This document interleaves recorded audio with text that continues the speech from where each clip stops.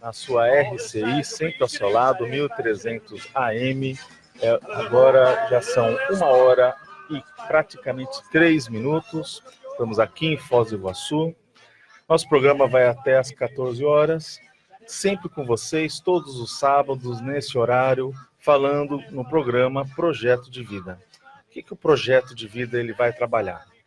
Ele vai trabalhar sobre a ideia de que você vai seguir uma determinada reflexão. O que você programou para essa vida humana?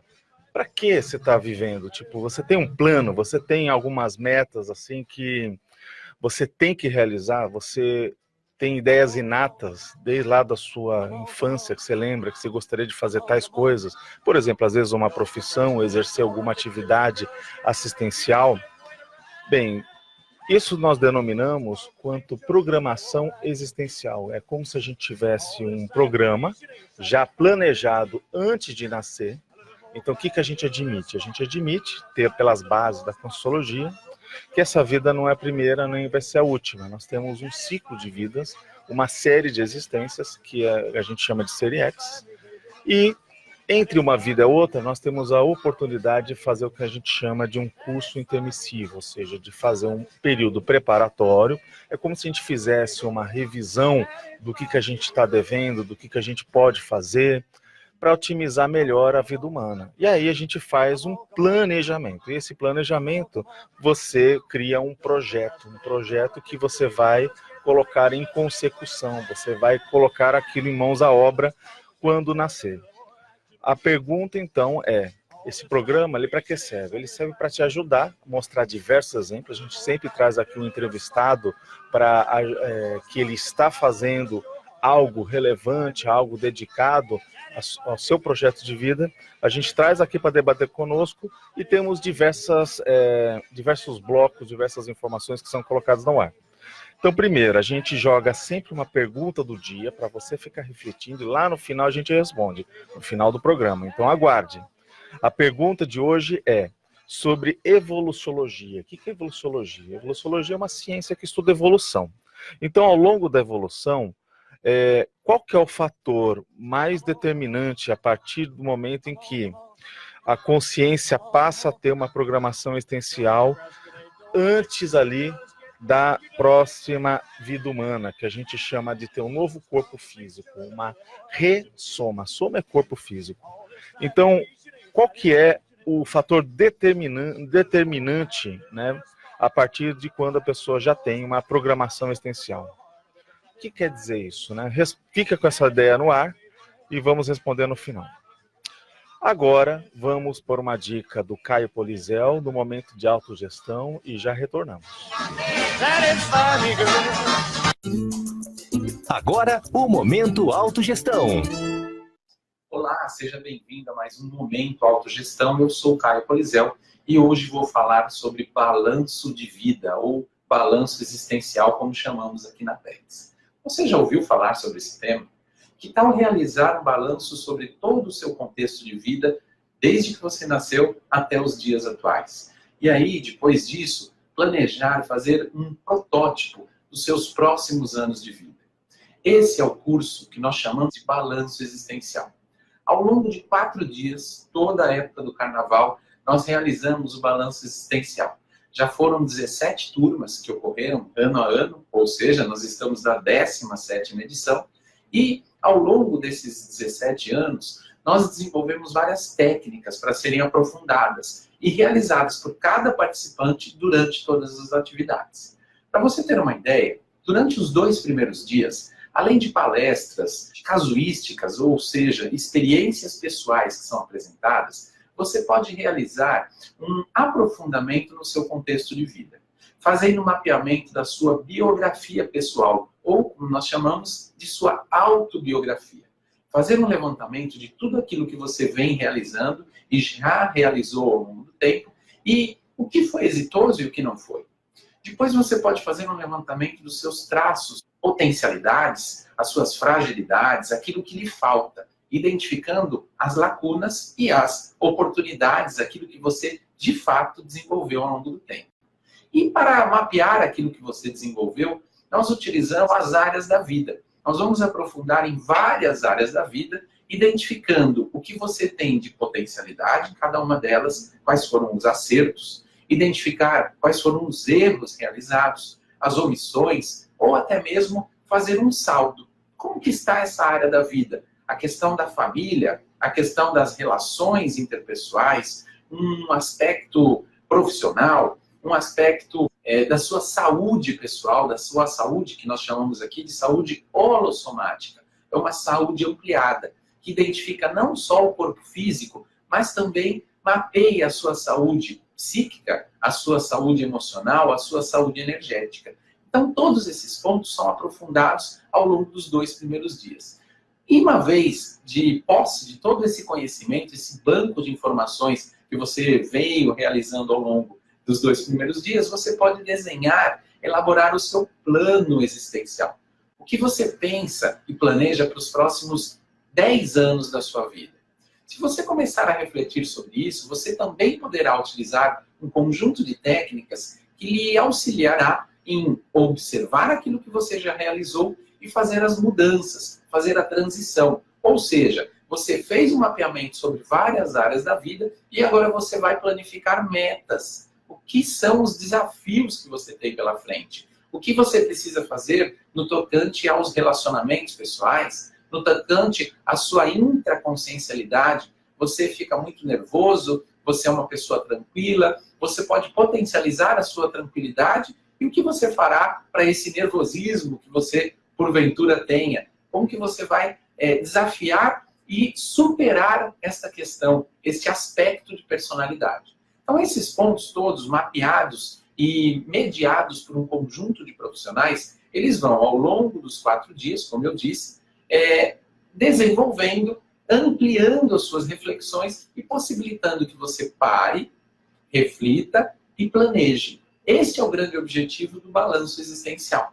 E, como eu disse antes também, ao longo dos 4 dias, você terá alguns exemplos pessoais que trarão os desafios que foram superados, quais foram os aspectos e as maiores dificuldades, o que foi exitoso ao longo da vida dessas pessoas, além de um conjunto de palestras que vão embasando ponto a ponto para você ir se desenvolvendo. Então, se você se interessou, busque mais informações no site da Apex, www.apexinternacional.org, e você poderá ter um conjunto de dados, um conjunto de informações para pensar como é que eu posso planejar o meu próximo carnaval. Afinal, o balanço existencial ocorre todos os anos na época do carnaval. Então, se você não gosta muito de todas as festividades e gostaria de lhe dar um presente para que você aprofunde na sua realidade, fica aqui o convite. Próximo Carnaval 2020, faça um balanço da sua vida.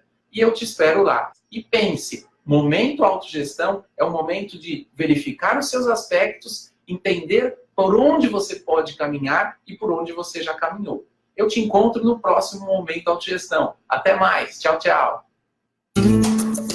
Você ouviu Momento Autogestão. Come on, come on. Então estamos aqui, gostaram do Caio? O Caio sempre com uma abordagem interessante e estão falando aí, olha, estão falando as boas línguas, que vai ser papai hoje, ó. Vamos lá, torcer para a filha que está nascendo. Felicidades, Caio. Vamos para um rápido intervalo e já voltamos.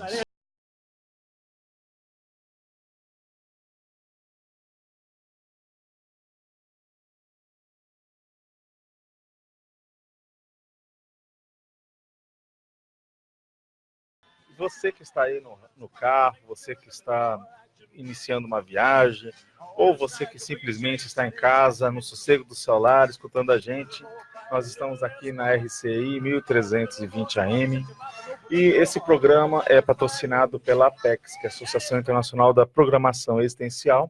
Meu nome é André Chataloff, estamos aqui desde a 1h, vamos ficar até às 14 horas com vocês. E todos os sábados nós temos um programa, e esse programa chama-se Projeto de Vida. Hoje nós estamos aqui com o Paulo Freire. Tudo bem, Paulo? Tudo bem, André. Como boa tarde, vai? André. Boa tarde, ouvintes, aí, aos internautas também. O Paulo, ele está nos presenteando nesse sábado com o tema Aprendizagem pelo Erro e ProExis, que é a programação existencial. Vou aqui apresentar o Paulo. O Paulo Freire, ele é graduado em Ciências da Computação, especialista em Business Intelligence, brasileiro, natural de São Paulo, SP, voluntário da Consciologia desde 2004, ele é docente da Consciologia desde 2010, analista de dados e consultor educacional. Ele está aqui, então, para falar para a gente e discutir sobre esse tema do erro, né? Ele já defendeu um verbete, né, da Consciologia a respeito dessa temática, então pesquisador da área. E como que você pensou em falar sobre os erros? Bom, primeiramente gostaria de agradecer a oportunidade aí, André, o convite da Rosilmo, o pessoal da Apex. Eu penso, André, que considerando programação existencial, como você falou no começo do programa, né, um propósito de vida, a pessoa que tem aquele sentimento íntimo de que veio realizar alguma coisa nessa vida, e considerando que a gente tem múltiplas vidas, né, que a gente está aqui passando por um processo que é multiexistencial, eu penso que tem uma relação direta com o erro, porque se a gente está aqui, muito possivelmente é porque a gente errou em alguma coisa no passado e a gente está aqui para fazer de uma maneira diferente, né? Tentar tirar um aprendizado daquilo que passou e fazer de uma forma nova, digamos assim, né? Então eu entendo que a aprendizagem pelo erro ela tem uma relação direta com a programação existencial nesse ponto. Eu acho que vale a pena comentar, só para dar um pano de fundo, André, que essa pesquisa que eu venho fazendo a respeito da aprendizagem pelo erro, ela é totalmente baseada em experiências pessoais. Foram muitas experiências errôneas pelas quais eu passei, mas que trouxeram lições valiosas, né? E vale a pena comentar também que não é aprendizagem pelo erro dos outros, mas a pesquisa que eu tenho feito é aprendizagem pelos próprios erros, né? E o que eu percebi, André, assim, que nada foi mais efetivo para mim, a aprendizagem, do que os erros que eu cometi. Em especial quando o erro era mais grave, né? E quanto mais grave era o erro, mais o conhecimento, o aprendizado era introjetado. E eu entendo assim que o erro é mais grave quando ele envolve outras consciências. Porque quando o erro você causou, né, e só impactou você, por exemplo, depende apenas de você para lidar com aquela situação. Mas quando você impactou outras consciências, depende de um processo que não é só seu, né? Então aquilo ali pode levar muito mais tempo. Então muitas vezes nesse processo de aprendizagem pelos erros, a gente se fere, a gente acaba ferindo outras pessoas, né, e a gente acaba ganhando cicatrizes. Então o que eu aprendi disso tudo, né, que muitas vezes essas cicatrizes, né, e se elas vêm de outras vidas, são as paracicatrizes, elas nos ajudam a guiar nesse processo, né, da aprendizagem pelo erro. Então esse basicamente é um contexto, digamos assim, um pano de fundo, né, dessa pesquisa. Agora o pessoal tem até aquela máxima, né, que a gente já ouviu falar, todo mundo já ouviu falar, que errar é humano, né? Ou seja, faz parte da natureza humana e ela está passível a erros. A gente percebe até no dia a dia que esse erro pode ser pelo cansaço, a fadiga mental, a fadiga física, fadiga emocional, né? Então tem diversos processos que nós não somos máquinas, não somos robôs, né? Então nós somos falíveis, né? Temos esse processo. Mas existe aquele erro que a gente sabe que ele é um erro justamente por essa condição da falibilidade relacionada ao cansaço, a essa fadiga. Mas tem aquele erro que é um erro lógico. Você diferencia uma coisa da outra? Sim, tem alguns tipos de erro, né, que a gente pode comentar, digamos assim. Mas eu acho que é importante trazer, a respeito disso que você está falando, que muitas vezes o erro ele é associado ao fracasso, a perda de tempo, perda de recurso, perda de energia. Porém, o erro faz parte do nosso processo evolutivo. Inclusive, o acerto ele se dá muitas vezes através do erro, né? Você tenta várias vezes uma determinada situação, daí você consegue acertar. Então, é interessante, acho que é importante a gente considerar isso, né? E desdramatizar essa situação. O erro vai acontecer em algum momento, né? Todos nós passamos, vamos passar, é um processo de aprendizagem, né? E sim, eu penso que é possível a gente diferenciar, né? Você comenta do erro de cansaço. Tem alguns tipos de erro aqui que a gente pode enumerar, né? Tem erros que são intencionais também. Tem erros que a pessoa às vezes sabe que está cometendo determinado erro, mas ela tem um ganho secundário ali e ela acaba indo por uma determinada situação. Agora você, por exemplo, uma das primeiras perguntas que vem para a gente é quais seriam os principais erros que podem comprometer esse projeto de vida que é a programação existencial? Quais que você vê e identifica? Legal, André. Bom, nas experiências que eu passei, eu identifico pelo menos 6 erros que podem comprometer a programação existencial, né? O primeiro deles, eu acho que é o emocionalismo excessivo. Certo. Né? Você tomar decisões, por exemplo, no calor da emoção, decisões irrefletidas, impensadas. Eu tive 2 desvios na minha programação de vida por conta do emocionalismo excessivo. Né? E aí eu consegui, depois de um tempo, retomar. né?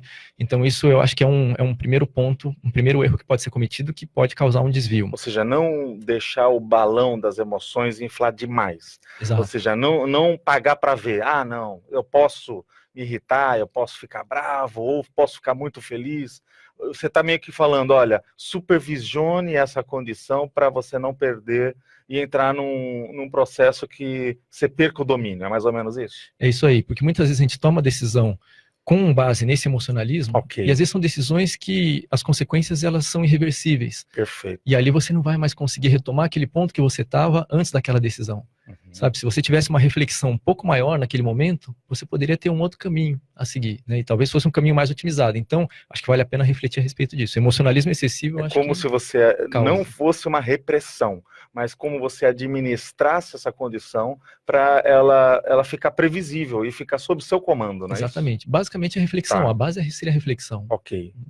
Qual que seria os outros 5? Os outros 5. Bom, o segundo que eu penso que também é bem importante, né, é o baixo nível de autoconhecimento. Ok. Se a pessoa não sabe quais são os próprios valores, aquilo que é importante de fato para ela, aquilo que deixa ela feliz, aquilo que a motiva, ela não vai saber direito para onde ir. Tá. Né? Então isso pode impactar a programação de vida dela, o propósito de vida. Né? Esse seria o segundo ponto que eu acho que é importante a gente trazer. O terceiro é o medo. E o medo tem diversas formas. Você pode ter, por exemplo, medo de errar, né, que seria o medo do fracasso. Ou a pessoa pode ter o medo de arriscar, que às vezes é uma falta de autoconfiança, ou o medo de se expor, que é o medo de ser autêntico. Né? Então, quando ela tem medo em frente às situações, muitas vezes ela pode não se expressar da maneira como ela faria, de uma maneira bem livre à vontade, sabe? E aí ela acaba não tomando as decisões que seriam as melhores para ela. Né? Porque às vezes ela está com medo do que os outros vão pensar, medo se isso vai acontecer, se não vai. Claro que a gente calcula os riscos, né? É interessante você calcular os riscos que você vai tomar, mas muitas vezes a gente tem que assumir riscos, né, para você ter resultados posteriores, positivos daquilo que você está buscando. Né? Então, o medo eu acho que é um terceiro erro que pode ser cometido, que poderia afetar a programação de vida. Tá. O quarto, André, eu penso que é a resistência a mudanças. É a teimosia, a pessoa ter dificuldade, por exemplo, de mudar de opinião, ter dificuldade de enxergar a opinião Voltar do outro, atrás. de voltar atrás se estiver errado, né, de sair da zona de conforto patológico de tempos em tempos. Né? Então, se a pessoa está muito cômoda e quer manter aquele comodismo, eu acho que isso é complicado, porque às vezes ela vai ficando parada no tempo e aí ela perde oportunidades, né? Se ela não abre, por exemplo, a cabeça para ver outros pontos de vista, né, outras formas, aquilo Isso é ali uma pode flexibilidade, impactar. é um nível de flexibilidade. Flexibilização pensênica, exatamente. E aí o quinto... O quinto, eu penso que seria a anticosmoética. Falando assim, né, em termos bem gerais, o que seria a cosmoética? A gente tem a ética, que seria um conjunto de leis, de normas que regem uma determinada sociedade. Só que, muitas vezes, a gente percebe que povos diferentes têm éticas diferentes. Isso não funciona para todo mundo. A cosmoética seria uma ética universal, que servisse para todas as consciências. E a anticosmoética seria o contrário disso. Então, por exemplo, um exemplo bem específico, a promoção da mentira. A pessoa que está mentindo... Ok. A pessoa que está mentindo, por exemplo, para ela mesma. Né? Aí seria o processo de autocorrupção. Ok. Ou a pessoa está mentindo para outras pessoas, através de manipulações, por exemplo, que pode inclusive acabar afetando programações de vida de outras pessoas. Isso está relacionado também a uma intencionalidade que não é sadia, não é? Completamente, intencionalidade anticosmoética, né? Ou, por exemplo, quer dizer que ela vai errar feio. Vai Se errar a feio. intenção da ação que ela está querendo se propor, ela não é boa. Aí você está falando, olha, cheque as suas intencionalidades, porque isto vai criar um problema lá que você já sabia que ia te dar problema, ia dar um erro com consequências graves. Né? Exatamente. No caso que a pessoa mente para si mesma, que é a autocorrupção, às vezes ela está vendo uma determinada situação, só que ela escolhe, digamos assim, ir por um outro caminho, sabendo que aquilo não é o melhor. Ela está se enganando. Aquilo ali na frente... Ela sabe que aquilo já é errado. Exato. Né? Ou seja, né? É incoerente. Exato. Isso seria autocorrupção. Né? Ok, vou segurar aqui. Vai lá. Problemas técnicos. Não, mas acho que não vai cair, não. Tranquilo. O outro seria a pessoa mentir para outras pessoas, né? Através de manipulações. Nesse caso, também ela pode impactar seriamente outras vidas, e aí tem um agravante. Ela pode acabar causando... É uma omissão, então.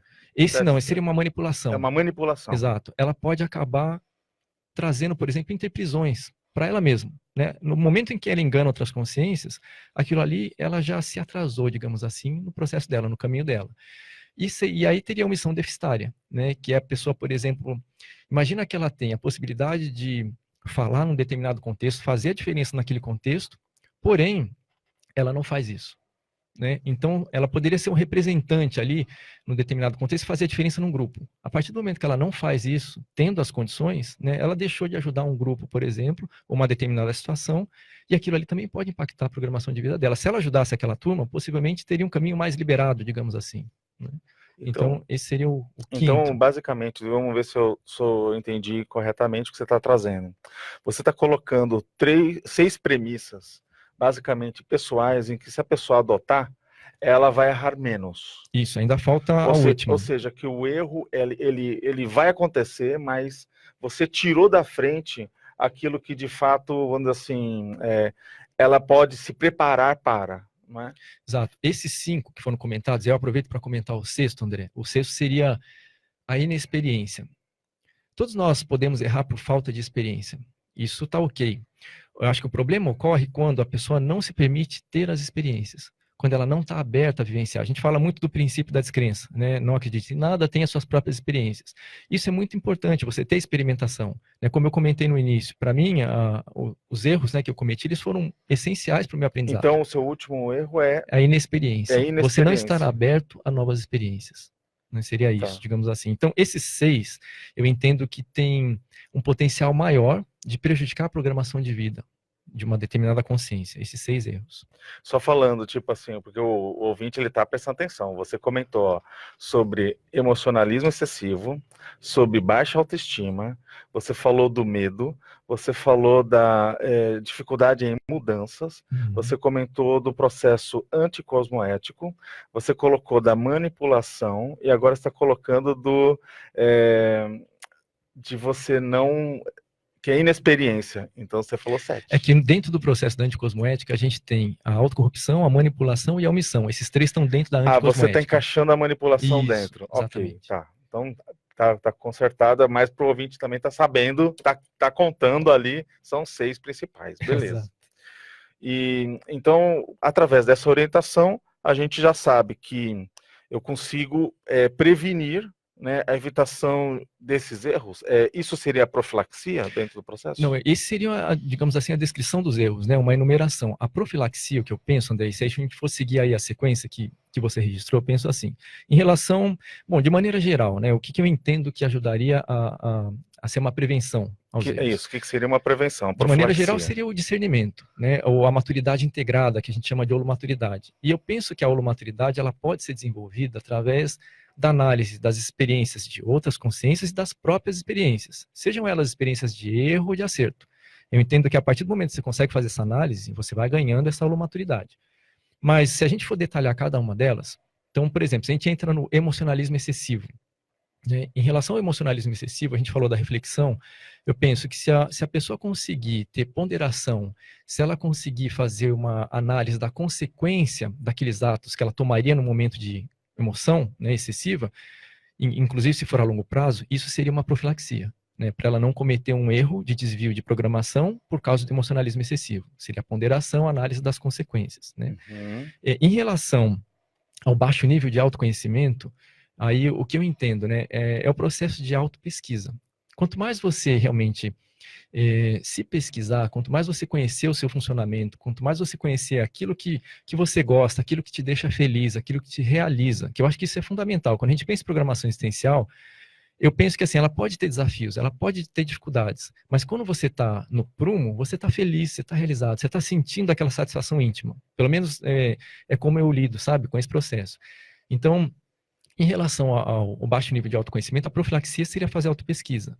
Por exemplo, André, te dá uma situação, né? Eu fiz terapia 2 vezes, né, com 2 linhas diferentes. Isso me ajudou demais. Quem já fez terapia psicológica sabe o quanto isso pode ajudar. Certo. A primeira linha que eu fiz foi a TCC, cognitivo-comportamental, que é bem pontual. Né? Então, assim, eu me lembro até hoje, assim, que a terapeuta lá, a psicóloga, ela espalhou na mesma série de cartões. Né? E aí esses cartões tinham dizeres. Ela falou, bate o olho aqui, qual desses chama mais a sua atenção? Aí eu olhei uns cartões e tal, de repente veio um assim que saltou aos olhos, né? Que dizia assim, basicamente em outras palavras, né? Tenho medo de falar o que eu penso, porque pode acontecer consequências graves. Em outras palavras, era basicamente isso, né? Ali foi uma primeira identificação que eu tive de um comportamento que eu estava tendo, que estava repercutindo em várias áreas, né? Depois eu fui fazer uma linha mais humanista, né? Uma psicóloga mais humanista. Tá, mas eu só queria assim, abrir Diga. uma questão nessa colocação. A gente sabe que muitas vezes, como a gente estuda múltiplas existências, isso pode ser um trauma do passado, né? Tipo, você abriu a boca lá, falou uma verdade, se posicionou em público, e aí você recebeu uma rebordosa a respeito dessa tua forma de pensar. Agora, vamos pensar, hoje, mesmo assim, a gente sabe que a gente não pode dizer qualquer coisa em qualquer lugar, tem a pessoa certa, no lugar certo, no momento certo. Então, tem todo um critério para você, de alguma maneira, se posicionar. Até mesmo porque a própria pessoa, sendo uma pessoa exata para aquela informação, não é em qualquer circunstância que você vai falar e abordar um assunto com ela. Você tem que, de alguma maneira, ter essa sensibilidade. Agora, como que você... Isso, de alguma maneira, não é uma gestão do erro também? Você fala de você conseguir, sim, você se posicionar frente a determinadas situações, sim, certamente. Que é justamente que nem você falou, usar o discernimento para, de alguma maneira, eu ter mais chance de acerto naquela minha abordagem. Sim, total. Agora sim, André, como que eu lido, né, com essa situação que eu comentei, né, só para fechar o raciocínio. Nessa linha mais humanista, eu descobri, por exemplo, que questões da infância me impactaram muito na vida adulta, né? Então, acho que quando a gente faz esse trabalho, você começa a perceber como você funciona. E aí sim entra essa questão da gestão do erro. Você entende o seu funcionamento, você entende onde a roda pega, você tem um conhecimento de como você era, né? Eu percebi, por exemplo, que quando eu era pequeno, eu tive situações que eu passei que eu me expunha com muita espontaneidade, só que eu fui reprimido, né? Então, esse medo de falar as coisas com as consequências que poderiam vir, vinha lá desse processo. Ou seja, você está falando que o processo da educação te afetou muito. Se tivesse outro estilo de educação, ou pais que de alguma maneira te incentivasse mais a esse processo de aprendizagem, você talvez não tivesse essa dificuldade. Mais que isso, porque assim, em família sempre teve bastante respeito, né? Não foi nem em família essas situações, mas foram situações quando eu era criança, exato, né? Que teve esse processo repressor. Mas eu acho que mais importante que isso, André, é o próprio conhecimento a respeito dessa origem. Porque daí você consegue entender de onde veio, e mesmo que tenha sido dessa vida ou de vidas passadas, aí você consegue fazer bem essa gestão do erro que você comentou, né? Ok. Para o medo, que seria o terceiro, né, a profilaxia que eu entendo seria você se enfrentar, você se colocar nas situações. Eu entendo que a forma de você lidar com o medo, seja ele qual for, é você se colocar, mesmo que de maneira gradual, você se colocar naquela situação. E aos poucos você vai errar, mas você vai na tentativa e erro, uma hora você vai entender aquele processo. Para o outro, que seria a resistência a mudanças, né? Você procurar se renovar de tempos em tempos. Uma reflexão que eu gosto de fazer é assim, André. Hoje, eu sou a mesma consciência que eu era 6 meses atrás? Eu sou a mesma que eu era 1 ano atrás? Há 2 anos? Por exemplo, nesse processo de aprendizagem pelo erro, eu sou muito grato aos erros que eu cometi. Porque se eu não tivesse cometido esses erros, tido as reflexões a respeito deles, eu seria a mesma consciência que eu era 2, 3 anos atrás. Hoje eu vejo que eu tenho uma visão totalmente diferente, né? Então, esse processo de você se renovar. O quinto, em relação à anticosmoética. O que eu entendo, André, é o seguinte: não ter segundas intenções. Você tem uma intenção só em tudo que você for fazer e aquela intenção ser cosmoética. Isso acho que você consegue evitar uma série de erros que podem ser causados por omissão deficitária, por manipulação, por autocorrupção, né? E, por último, que é a questão da inexperiência, da pessoa não estar aberta às experiências, eu penso que é o abertismo consciencial. A pessoa tem um nível de universalismo, né? Dela estar aberta às experiências e falar, ok, vamos experimentar isso daqui. Então, assim, de maneira geral, as profilaxias que eu entendo seria isso. E só um raciocínio, André, para fechar isso, porque às vezes a pessoa, isso talvez tenha a ver um pouco com a resistência à mudança, e a pessoa não quer mudar. Mas não é que você não esteja errando, que você está acertando. Né? Muitas vezes a pessoa está parada, está estagnada. Ela pode não estar errando, mas ela está parada no processo. Né? Então eu vejo que... Agora, uma das coisas que a gente estuda dentro dessa aprendizagem no erro é a relação causa-efeito. Né? Ou seja, até a gente estuda a questão do karma, né? Que é justamente essas leis da ação e reação. E o que a gente percebe até muitas pessoas costumam falar, até na Conscienciologia, que quanto mais você está aberto, que nem você está colocando, e meio que prestando atenção em tudo que ocorre, você vai perceber até mesmo a reação imediata daquelas suas ações. Por exemplo, aquilo que a gente estava comentando, que às vezes a pessoa está para fazer um grande erro, e ela sente meio que no ambiente dela, que ela está errada. ela sente tipo assim, olha, isso daqui vai ocorrer mal. E ela não para mudar a direção e fazer uma revisão, que nem você está chamando a atenção, de olhar esses itens e de alguma maneira olhar perante esse critério que você está trazendo e falar, bom, essa é a melhor escolha? É agora? Eu tenho que voltar para trás? Eu preciso de mais alguma coisa para dar o próximo passo à frente? Porque realmente existem situações que a gente tem que tirar o time de campo e depois entrar num outro momento para aquela ação, para aquela abordagem ser mais exata. E a gente sabe o seguinte, que se a pessoa ela não for, às vezes, bem... às vezes apoiada, vamos supor que tem família, que tenha, às vezes até o amparador da pessoa que está ali do lado, que quer ajudá-la, e fala assim, não faça isso. E às vezes existem fatores que indicam para ela que aquele caminho não é o correto. Você tem alguma orientação para isso? Então, quando a gente fala, né, desses 6 erros principais, né, isso aí é como se fosse um alerta, realmente, para a pessoa observar cada um deles nos momentos antes ali de tomar algumas decisões que podem impactar a programação essencial. Acho que esse seria o primeiro ponto, né? Mas a gente fala muito da questão do parapsiquismo, né? O parapsiquismo, assim, através das energias, você consegue muitas vezes, como você falou, observar que, puxa, se eu tomar essa atitude, se eu tomar essa decisão, se eu ir por esse caminho, pode ser que o resultado não seja muito bom. É como se tivesse um alerta interno, exatamente, uma sinalização interna. Alguma coisa te diz que ali, de repente, não é o caminho. Exato. Né? Inclusive, nas etapas, André, nessa pesquisa tem as etapas, né, do processo de aprendizagem pelo erro. Acho que vale a pena comentar, que está bem na sequência, está no gancho aí, que seria o seguinte. Agora, só assim, uma reflexão que eu estava aqui pensando. Que quando a gente vai lá estudar um idioma, aquele melhor professor de idiomas, pelo menos que eu percebo é assim, posso estar errado, né? É aquele que meio que já corrige na hora que você está fazendo erro, né? Então ele fala, olha, o que você está dizendo é assim que se fala. Então ele já corrige e refaz o reforço, então repete, né? Ou seja, ele pontua na hora.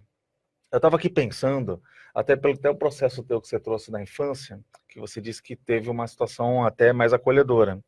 Tem alguma orientação que você daria aos pais perante esse apoio? Sim. Entende? Para, de alguma maneira, não ficar... Porque se a gente só aplaudir quando a criança erra ou acerta, a gente está criando um monstro, né? A gente vê, por exemplo, tem filmes estadunidenses que mostram que a pessoa ali fez uma coisa errada, a pessoa perdeu. Lá eles são muito competitivos. E aí dão um troféuzinho, dão um prêmio. Quer dizer, olha, então, moral da história, deforma um pouco o ego daquela pessoa e ela fica com baixa autocrítica, que é aquilo que você trouxe. Você fala, olha, eu tenho que ter uma autocrítica elevada, eu tenho que ter discernimento. E às vezes a educação não força isso. Qual orientação se daria para os pais? Eu penso o seguinte, André, eu acho que não é nem um extremo nem outro. Não é nem você simplesmente passar a mão na cabeça da criança e falar que ela está certa o tempo todo, lógico, e também não é você fazer um processo repressor, violento, que vai causar traumas.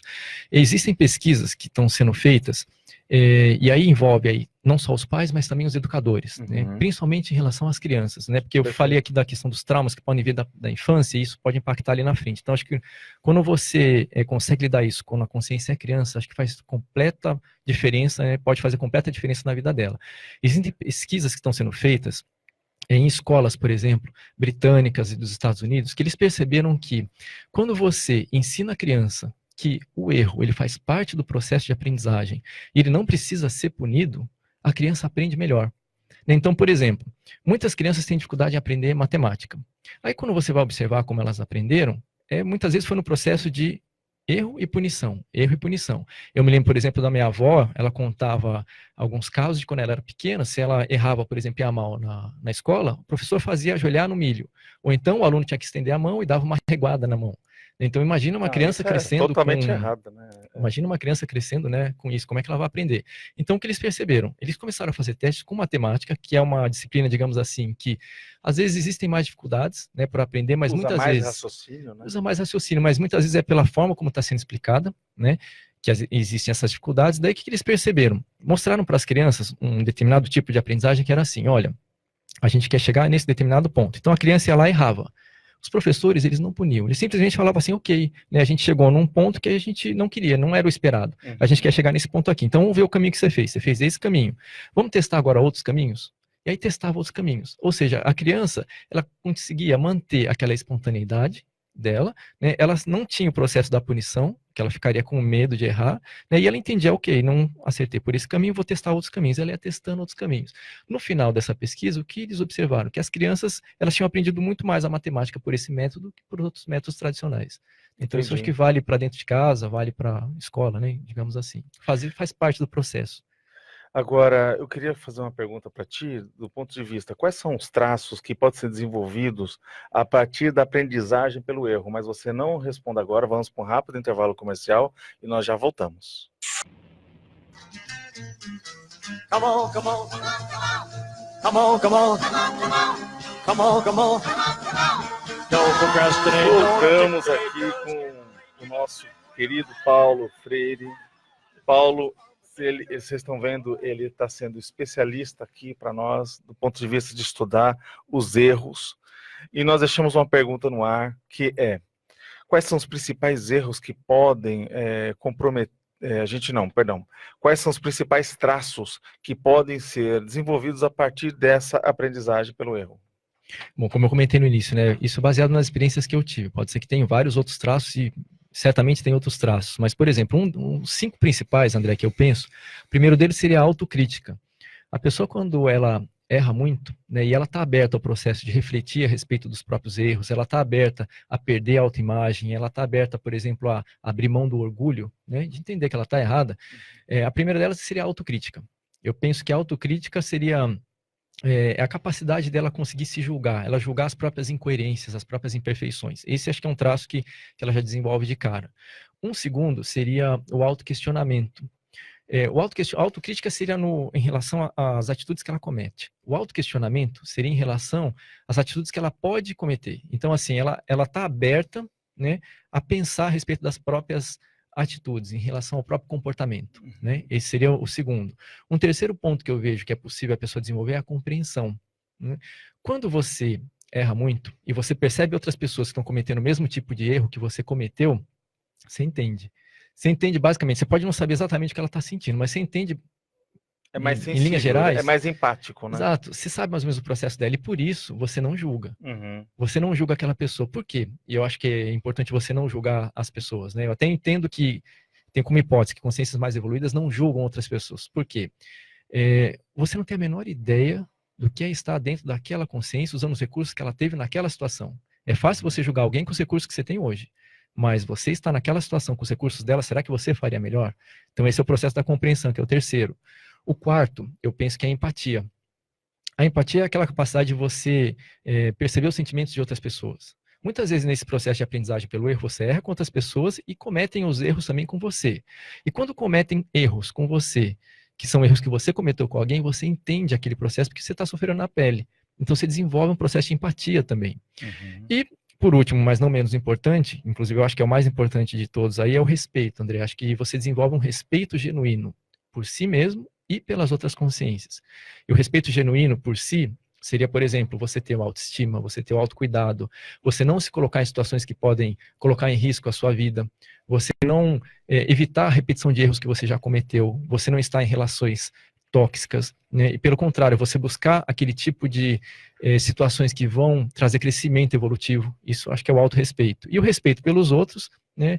De várias formas você pode ter, por exemplo, através da transparência com as outras pessoas, né, através do respeito ao livre-arbítrio dos outros. Acho que aí seriam formas, né, de respeito. Eu só queria, assim, fazer um contraponto e ver o que você acha, né? Costuma-se muito falar que não deve se julgar, mas será que, na verdade, a gente, quando está falando de julgar, não seria a questão de não jogar uma carga energética assediando a pessoa? Por quê? Vamos pensar no verbete, que é julgar? Julgar, aqui a gente está vendo que é tomar decisão, deliberar a qualidade de juiz, que é o árbitro, e também tem aquela questão de formar conceito, emitir parecer, opinião sobre. Então eu posso emitir uma opinião sobre uma determinada pessoa olhando aquele processo da admiração e discordância, né? Tipo, olha, eu percebo que a pessoa acertou nisso, nisso, aquilo, e houve o erro nisso, nisso, aquilo. E a gente não sabe o porquê, muitas vezes, mas olhando a admiração e discordância, fala assim, olha, então isso aqui pode ser ajustado. Eu só estou falando isso porque para as pessoas elas usarem muito essa questão da admiração-discordância, né? A gente não fala assim, poxa, a pessoa lá, né, tipo, passou em cima com o carro da cabeça da criança. Olha, ele errou, né? Ótimo, né? Ele vai aprender com isso. Eu só estou meio que trazer para a praticidade, falar, não, ela percebe que aquilo foi um erro, ela tem até consequências sérias sobre isso.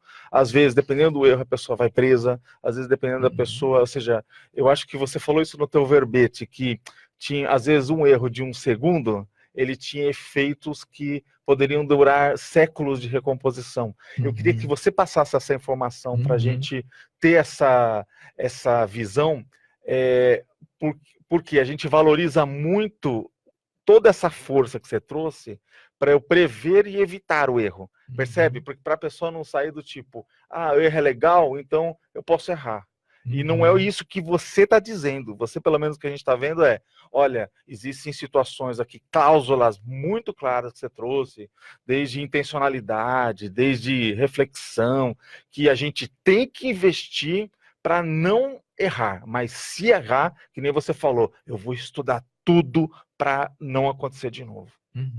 Exato. A análise crítica a respeito do erro é muito importante. Como você trouxe, ela pode ditar, por exemplo, regras, comportamentos sociais que vão ser positivos, né? E pode ser, inclusive, muito assistencial isso.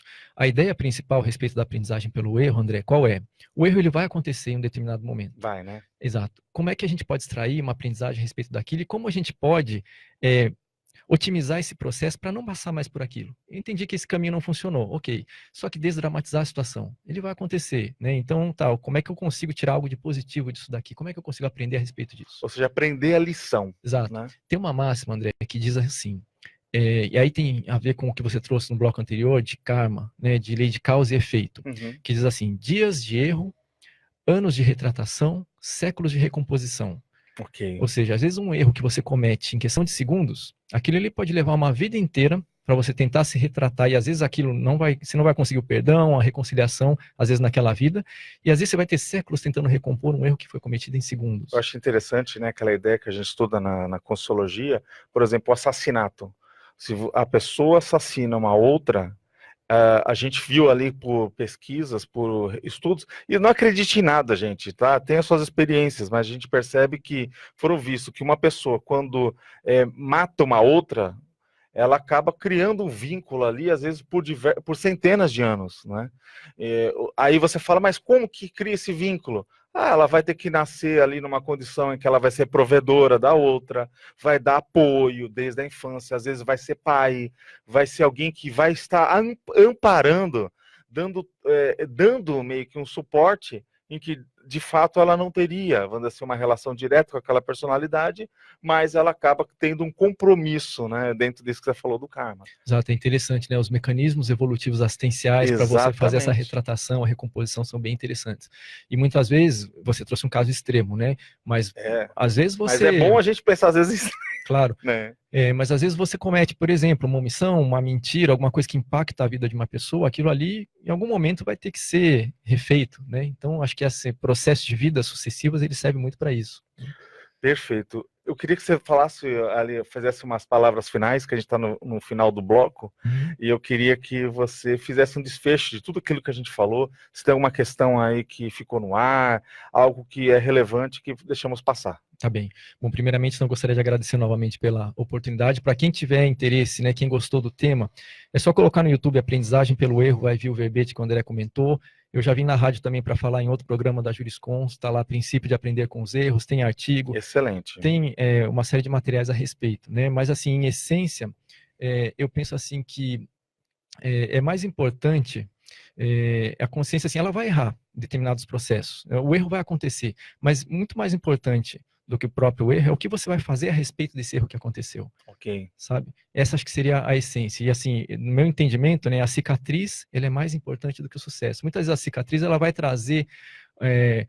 toda vez que você olha para uma cicatriz, né, aquilo ali é uma memória, uma marca de algo que você passou, que você, quando você olha para uma cicatriz, você fala, eu sei o que me machucou. Né? Então, assim, você não quer mais ter cicatrizes. Né? Então, a gente valorizar essas experiências que a gente teve, que não foram experiências bem-sucedidas, né, para aprender e tentar otimizar o processo para acertar cada vez mais. Eu achei interessante, Paulo, ali na tua narrativa do verbete, Você comentou que o evoluciólogo, a primeira pergunta que ele fará depois da morte biológica, né, é quantas cicatrizes, né, você conquistou no seu psicossoma. O que eu queria chamar a atenção de ti, na tua interpretação da cicatriz, até nesse fechamento, você vê que essa cicatriz é como se você não errasse mais ali? Como que você interpreta essa cicatriz? É uma cicatriz, como você trouxe, é do psicossoma. Uhum. Eu interpreto como uma marca que fica, né? E às vezes você tem uma dificuldade de lidar com aquele processo. Uhum. E aquilo está dentro de você.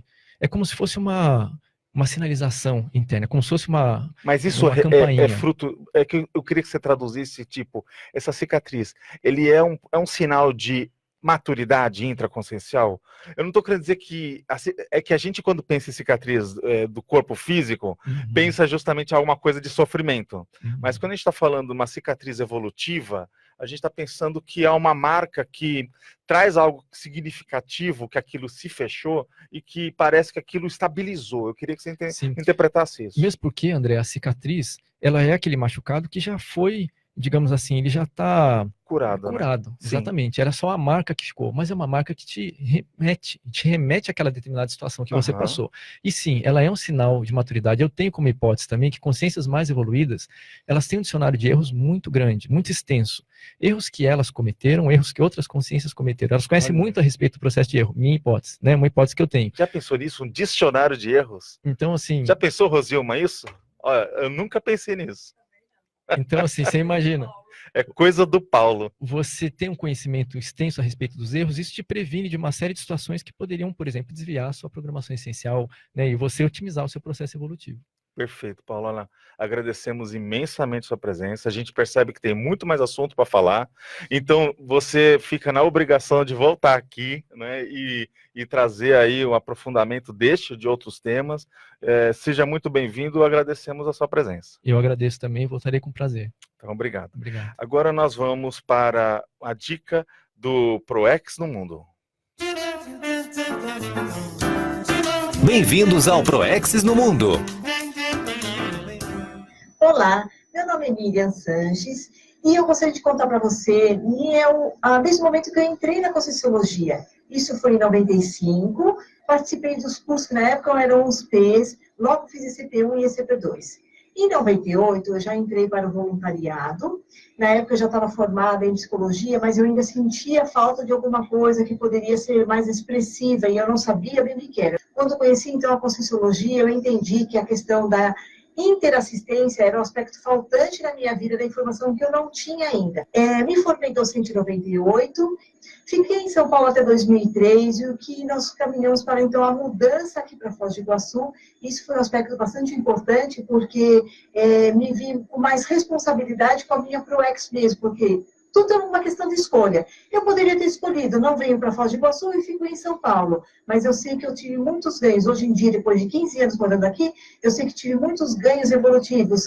Ainda aqui em Foz do Iguaçu, eu também exerci o papel de docente, quer dizer, isso a gente exerce o tempo inteiro, então o que a gente sempre indica, olha, são patamares evolutivos. O voluntariado é um patamar, a docência é outro patamar, a TENEPS é outro patamar bastante importante e sempre a interassistência em todas as ações que a gente faz. E é impossível fazer tudo isso sem a questão da docência. Então, a docência é um super investimento autoproexológico. Já fui voluntário também na questão da consciencioterapia, e esse foi outro patamar bastante bacana, que também ganhei muita experiência, e acabei abrindo mão da consciencioterapia para ser coordenadora da Ectolab, que também é outro patamar evolutivo, quando a gente tem a assunção de responsabilidades. Então, veja bem, aspectos de interassistência, aspectos de voluntariado, que são responsabilidade, aspectos de manutenção de trabalho, porque a gente vê muita coisa quando ela é nova, ela é empreendedora, a gente vai naquilo, vai atrás, vai pelo cheiro, mas acaba não dando manutenção para o trabalho que tem que ser feito ao longo do tempo, que é o caso da nossa TENEPS. A gente começa e decide, vai ser para a vida inteira. Então, algumas coisas eu quero vincar isso na minha aula memória, a questão da interassistência e a questão das retribuições proexológicas. Muita coisa nessa vida eu recebi e muita coisa também eu posso doar. Então, você que está aí pensando, o que é que você pode ajudar com o que você já tem dentro de você? Que você não vai precisar gastar nada, isso já está dentro de você. Aposto que sim, porque cada um de nós é capaz de ter um Trafor que possa incrementar as suas ações para você exercer a sua ProEx. Vamos lá, então. Acabamos de presenciar mais um ProExis no mundo. O que as pessoas estão fazendo, agregando valor à sua existência. Come on, come on. Come on, come on. Come on, come on. É isso daí, pessoal. Estamos aqui, eu, você, todos nós na RCI, sempre ao seu lado, 1320 AM, no programa Projeto de Vida. E nós aqui tivemos brilhantemente Paulo Freire falando aqui sobre o estudo do erro. E nós deixamos lá no começo do programa aquela pergunta, a pergunta do dia, que seria evoluciologia. Evoluciologia é a ciência que estuda a evolução. Ao longo da evolução, qual fator é o maior determinante para que, a partir daquele determinado momento, a consciência passe a ter uma programação existencial, um projeto de vida, quando ele voltar aqui a nascer, ter uma vida humana? A resposta disso é o curso intermissivo. O que é a ideia do curso intermissivo? Que as pessoas elas passam nesse ciclo de vida, né, e morte, né, ou seja, as pessoas não morrem de verdade, elas apenas descartam o corpo mais denso, né, que é o corpo biológico, mas elas continuam vivas. E quando ela tem ali lucidez, lá no extrafísico, numa condição entre uma vida e outra, quando a gente olha essa linha do tempo, das diversas vidas que a pessoa já teve e daqui para diante que ela terá, a gente percebe, se ela tem lucidez ali e mérito, ela pode fazer o determinado curso intermissivo. É um curso entre uma vida e outra, entre uma missão e a outra, por isso chamado curso intermissivo. Então é um curso em que ela vai se preparar e programar ali a sua próxima existência, fazendo então o seu projeto de vida, o futuro projeto de vida em que você, de repente, desde lá da infância, mesmo que lá bebê ali, né, você já tinha algumas coisas e na tua infância você foi falando, olha mãe, eu não sei, mas eu quero trabalhar com gente. Olha mãe, eu quero dar aula, eu quero ser professora. Então tem muita gente, às vezes, lá mesmo criancinha, já tem traços, características que vão demonstrar sinais, às vezes, do projeto de vida dela. Você sabe o seu? Você já descobriu? Você tem uma forma de entender mais sobre todo esse assunto. É sempre nos acompanhar aqui na RCI. Todos os sábados estamos aqui com você no programa no Projeto de Vida, comigo, André Chataloff, e com todo o apoio da APEX, Associação Internacional da Programação Existencial, e estamos aí sempre ao seu lado. Estamos chegando ao final desse programa. Nesse final de ano, a partir, né, vamos ter ali algumas reprises, né, por causa justamente desses períodos de festas, e logo no começo do ano que vem, principalmente ali garantido, a gente tem ali um grupo de reprises que nós vamos passar, e de fato a gente alavanca com novos programas, uma nova série a partir do começo ali de fevereiro. Então, para vocês, boas festas, um bom começo de ano novo, né? E muitas realizações nesse ano que vai nascer. Felicidade a todos e todas e continuem com a nossa programação aqui da RCI. Até mais, boas festas. Tchau, tchau.